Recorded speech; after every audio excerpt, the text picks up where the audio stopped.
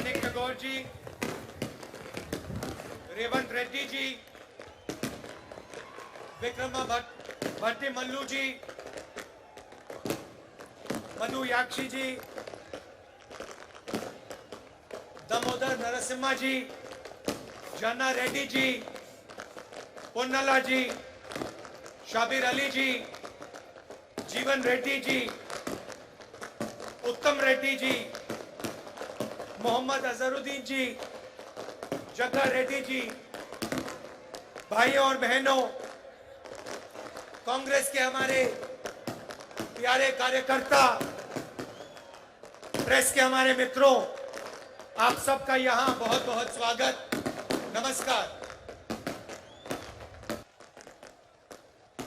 ये जो आपका प्रदेश है, नया प्रदेश है, तेलंगाना, ये आसानी से नहीं बना था। इस प्रदेश को बनाने के लिए तेलंगाना के युवाओं ने, तेलंगाना के माता ने अपना खून, अपने आंसू दिए थे। और ये प्रदेश किसी एक व्यक्ति के लिए नहीं बना था, ये एक सपना था, तेलंगाना के जनता का सपना था। 8 साल हो गए। मैं आपसे पूछना चाहता हूं, तेलंगाना का जो सपना था, प्रगति का सपना, उस सपने का क्या हुआ?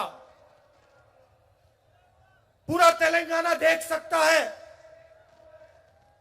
कि एक परिवार को जबरदस्त फायदा हुआ, मगर मैं आपसे पूछना चाहता हूं, तेलंगाना की जनता को क्या फायदा मिला? क्या आपको रोजगार मिला? आज यहां पर किसानों की विधवा स्टेज पे हैं, रो रही हैं। ये किसकी जिम्मेदारी है? और ये अकेली नहीं है, ऐसी तेलंगाना में हजारों बहनें हैं जिनके पति ने आत्महत्या की। किसकी जिम्मेदारी है? सपने को पूरा करने के लिए आपने अपना खून, अपने आंसू दिए, आप लड़े, मगर हम भी आपके साथ खड़े थे। कांग्रेस पार्टी ने भी आपके साथ ये लड़ाई लड़ी और अंत में कांग्रेस पार्टी ने और सोनिया गांधी जी ने यह काम पूरा करके तेलंगाना की जनता को दिया। और भाइयों और बहनों,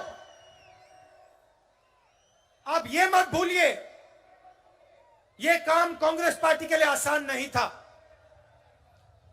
कांग्रेस पार्टी को नुकसान हुआ, हमें मालूम था कि हमें नुकसान होने जा रहा है, मगर हम तेलंगाना की जनता के साथ खड़े हुए और हमने मिलकर, आपके साथ मिलकर आपको नया प्रदेश दिया। आपने सोचा था कि तेलंगाना की जनता की सरकार बनेगी, किसानों की सरकार बनेगी, मजदूरों की सरकार बनेगी, गरीबों की सरकार बनेगी। पता लगा जनता की सरकार नहीं बनी। आज तेलंगाना में कहा जाता है कि चीफ मिनिस्टर है, मगर ये चीफ मिनिस्टर नहीं है, ये राजा हैं। राजा और मुख्यमंत्री में क्या फर्क होता है? मुख्यमंत्री जनता की आवाज को सुनता है, राजा जनता की आवाज को नहीं सुनता है। राजा जो करना चाहता है वो कर डालता है। मुख्यमंत्री लोकतंत्र में भरोसा करता है, मुख्यमंत्री जनता की बात सुनकर निर्णय लेता है। राजा को लोकतंत्र से कुछ लेना देना नहीं। जो राजा के दिल में आता है वो राजा कर देता है। यह फर्क है। छत्तीसगढ़ में हमारी सरकार है। चुनाव के समय हमने 2 वायदे किए थे, बड़े वायदे किए थे। पहला वायदा कि छत्तीसगढ़ के किसानों का हम कर्जा माफ करके दिखा देंगे, और दूसरा वायदा पैडी को हम 2,500 रुपए में खरीदेंगे। किसानों ने हमें कहा कि हमें कर्जा माफी की जरूरत है और हमें 2,500 रुपए आप दीजिए। हमने उनकी आवाज सुनी और आज आप जाइए, छत्तीसगढ़ जाइए और वहां पूछिए धान के लिए क्या दाम मिलता है। पूरा छत्तीसगढ़ का किसान आपको बताएगा कि छत्तीसगढ़ में 2,500 रुपए पर धान मिलता है। आज आपके जो चीफ मिनिस्टर हैं किसानों की आवाज नहीं सुन रहे हैं। 2-3 बड़े उद्योगपतियों की आवाज सुनते हैं, उनके लिए काम करते हैं, मगर किसानों की आवाज नहीं सुनते हैं। और जो छत्तीसगढ़ के किसान ने कहा था वही तेलंगाना का किसान कह रहा है। तेलंगाना का किसान कह रहा है कि मिर्ची के लिए, धान के लिए हमें सही दाम चाहिए और हमारा कर्जा माफ होना चाहिए। छत्तीसगढ़, तेलंगाना के किसी भी किसान को घबराने की जरूरत नहीं है। जैसे ही कांग्रेस पार्टी की यहां सरकार बनेगी वैसे 2 लाख रुपए का कर्जा माफ होगा और आपको सही एमएसपी मिलनी शुरू हो जाएगी। आपको ज्यादा समय रुकने की जरूरत नहीं है। आप घबराइए मत, डरिए मत। यह काम कुछ ही महीने में कांग्रेस पार्टी करके आपको दे देगी। ये खोखले शब्द नहीं है, ये तेलंगाना के सपने को पूरे करने का पहला कदम है। किसानों की मदद, किसानों की रक्षा के बिना तेलंगाना का सपना पूरा नहीं हो सकता है। अभी हमने वरंगल डिक्लेरेशन किया और उसमें हमने तेलंगाना के किसानों से वायदे किए। मैंने कर्जा माफी की बात की, एमएसपी की बात की, 15,000 रुपए प्रति एकड़ डायरेक्ट बेनिफिट हम किसानों को देने जा रहे हैं। और रेवंत जी ने पूरा डिक्लेरेशन पढ़ा। यह सिर्फ एक डिक्लेरेशन नहीं है, यह किसानों के लिए कांग्रेस पार्टी की गारंटी है। तेलंगाना के हर किसान को यह डिक्लेरेशन पढ़ना चाहिए। और जब आप इस डिक्लेरेशन को पढ़ेंगे आप यह बात याद रखिए कि इस डिक्लेरेशन का हर शब्द कांग्रेस पार्टी की गारंटी है। और यह हम इसलिए कर रहे हैं क्योंकि हम जानते हैं कि अगर किसान कमजोर रहेगा तो तेलंगाना का सपना पूरा कभी नहीं हो सकता है। क्योंकि किसान ही इस प्रदेश की नींव है, फाउंडेशन है। मैंने पहले आपसे सवाल पूछा था कि तेलंगाना के साथ धोखा किसने किया। तेलंगाना का जो सपना था उससे किसने धोखा किया? तेलंगाना से हजारों करोड़ रुपए किसने चोरी किए? उस व्यक्ति का नाम क्या है? नहीं, सुनाई नहीं दिया, फिर से बोलिए, क्या नाम है उसका? तो आप एक बात अच्छी तरह समझ लीजिए और कांग्रेस का हर नेता, हर कार्यकर्ता इस बात को अच्छी तरह समझे। जिस व्यक्ति ने तेलंगाना के साथ धोखा किया है, जिस व्यक्ति ने तेलंगाना से चोरी की है, जिस व्यक्ति ने तेलंगाना के सपने को नष्ट किया है, उसके साथ कांग्रेस पार्टी का कोई समझौता नहीं होगा।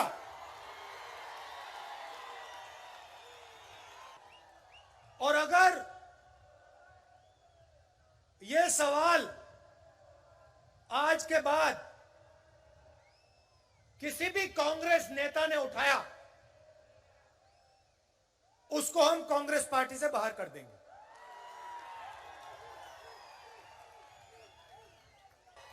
चाहे वो कोई भी हो, कितना भी बड़ा हो,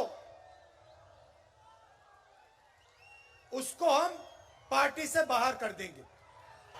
आप अगर किसी भी कांग्रेस पार्टी के नेता को टीआरएस से समझौता करना है, तो या वो टीआरएस में चला जाए या फिर बीजेपी में चला जाए।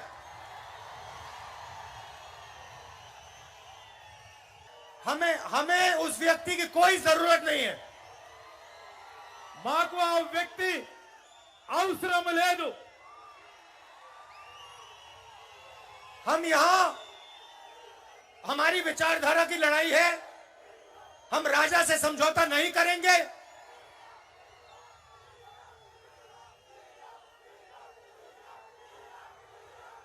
हम टीआरएस को चुनाव में हराएंगे। टीआरएस को चुनाव में हराएंगे और सीधी कांग्रेस पार्टी और टीआरएस की लड़ाई होगी। और एक बात और याद रखिए, जिस व्यक्ति ने तेलंगाना के सपने को नष्ट किया और तेलंगाना के किसानों से, मजदूरों से, युवाओं से लाखों करोड़ रुपए चोरी किए, उसको हम माफ नहीं करने वाले हैं। और चुनाव के समय जब टिकट का सवाल उठेगा, और ये सब नेताओं को अच्छी तरह बात सुननी चाहिए, जब चुनाव के समय टिकट की बात उठेगी, तो जिस व्यक्ति ने जनता की लड़ाई लड़ी होगी, उसी को मेरिट बेसिस पे टिकट मिलेगा। चाहे आप कितने भी बड़े हो, आप कोई भी हो, अगर आप किसानों के साथ नहीं खड़े थे, अगर आप गरीबों के साथ नहीं खड़े थे, तो आपको कांग्रेस पार्टी का टिकट नहीं मिलने वाला है। सोनिया जी ने जब तेलंगाना आपको दिया, उसके पीछे एक सपना था। तेलंगाना की जो आवाज थी, उसको सुनकर सोनिया जी ने आपको प्रदेश दिया था। और प्रदेश इसलिए दिया था क्योंकि वो चाहती थी कि जो आपका तेलंगाना का सपना था वो पूरा हो। वो सपना आपका है, सोनिया जी का है, मगर मेरा भी है। और उस सपने को मैं आपके साथ पूरा करना चाहता हूं। तो जहां भी मेरी जरूरत होगी, जहां भी आप मुझे बुलाना चाहते हो, जहां भी मैं तेलंगाना की मदद कर सकता हूं, मैं करने को तैयार हूं। यह सिर्फ आपकी लड़ाई नहीं है, यह सिर्फ तेलंगाना के किसानों की, युवाओं की लड़ाई नहीं है। ये कांग्रेस पार्टी की लड़ाई है और ये मेरी लड़ाई है। मैंने पहले कहा था कि जो भी व्यक्ति कहता है कि टीआरएस के साथ समझौता होना चाहता है, उसे या बीजेपी में या टीआरएस में चला जाना चाहिए, क्योंकि समझौता अगर है तो बीजेपी और टीआरएस का समझौता है। आप याद रखिए, जब नरेंद्र मोदी जी ने 3 काले कानून पार्लियामेंट में पास किए थे, तो टीआरएस के नेता क्या कह रहे थे? बीजेपी जानती है कि वो तेलंगाना को डायरेक्टली रूल नहीं कर सकते।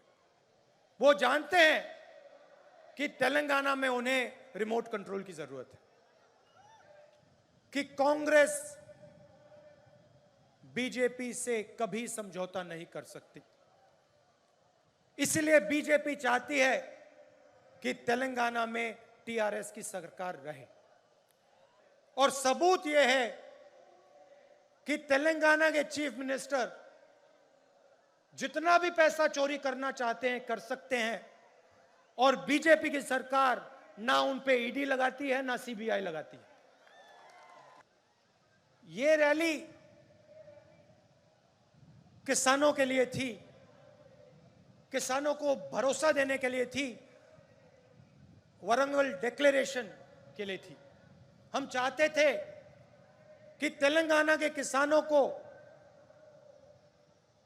मालूम हो कि कांग्रेस पार्टी एक साथ उनके साथ खड़ी है और उनकी पूरी मदद करने जा रही है। ఈరోజు ఇంత పెద్ద బహిరంగ సభ किसानों को हमने इसलिए मैसेज दिया क्योंकि वो इस प्रदेश की नींव है, फाउंडेशन है। अगली रैली में हम आदिवासियों को ऐसा ही मैसेज देना चाहते हैं, और उनकी जो लड़ाई है 10% रिजर्वेशन की जो लड़ाई है, उसमें हम उनकी पूरी मदद करने जा रहे हैं। तेलंगाना बनने के बाद आपने टीआरएस को 2 बार मौका दिया और टीआरएस ने तेलंगाना के जनता को धोखा दिया। अब आप कांग्रेस पार्टी को एक मौका दीजिए और किसानों की, गरीबों की सरकार हमें बनाने दीजिए। कांग्रेस पार्टी ही आपके साथ मिलकर तेलंगाना के सपने को पूरा कर सकती है। आज शाम आप दूर दूर से मेरी बात सुनने आए, इसके लिए आप सबको दिल से धन्यवाद। नमस्कार, जय हिंद। మీరందరూ